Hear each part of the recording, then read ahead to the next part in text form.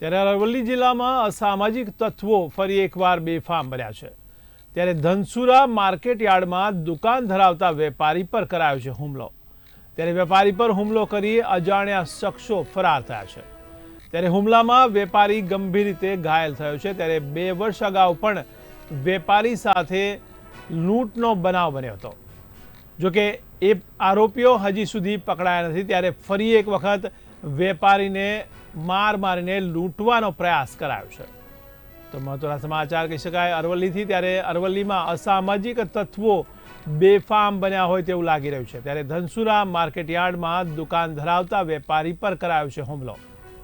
ત્યારે વેપારી પર હુમલો કરી અજાણ્યા શખ્સો ફરાર થયા છે। ત્યારે આ હુમલામાં વેપારી પણ ગંભીર રીતે ઘાયલ થયો છે। ત્યારે વેપારીને હોસ્પિટલમાં ખસેડાયો હતો। ત્યારે 2 વર્ષ અગાઉ પણ આ વેપારી સાથે લૂંટનો બનાવ બન્યો હતો। ત્યારે તે આરોપીઓ હજી સુધી પકડાયા નથી। ત્યારે ફરી એક વખત આ વેપારીને લૂંટવાનો પ્રયાસ કરવામાં આવ્યો છે।